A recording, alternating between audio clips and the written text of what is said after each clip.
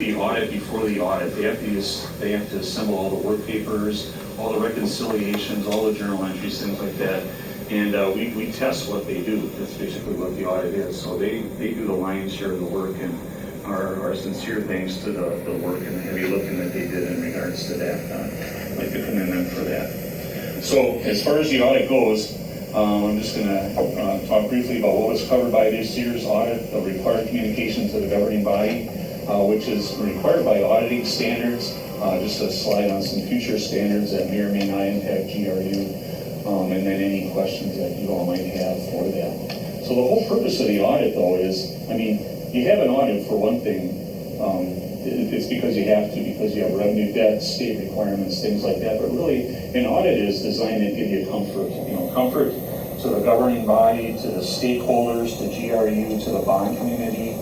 That has to do with your bond rating and all of that. And the goal of the audit is to opine on the financial statements. But really, all those parties are looking for that stamp of approval that your financial statements are accurate, they fully reflect, and are transparent with all the transactions of GRU, and so on. So that's the end goal of that. And as part of our work here, we do what's called a risk-based approach to the audit. We spent about 1,100 hours on the audit this year.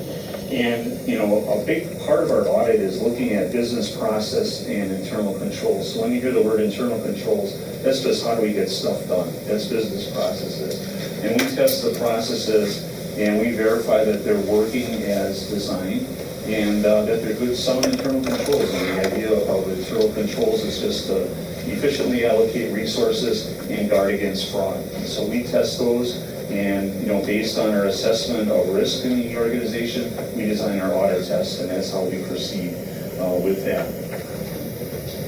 And so the work that we do, we do that risk assessment, to determine what audit areas do we want to drill into.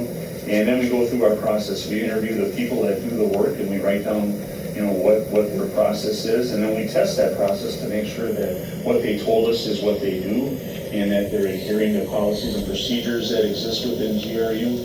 We use statistical sampling of transactions. We go to third parties for independent confirmations. We use specialist reports. And of course, we use source documents, and we look at all the various high-level segments. As you see on the screen there, expenditures, payroll, revenues, cash and investments, capital assets. But the foundation of our audit is on information technology. Since information technology touches every part of the organization,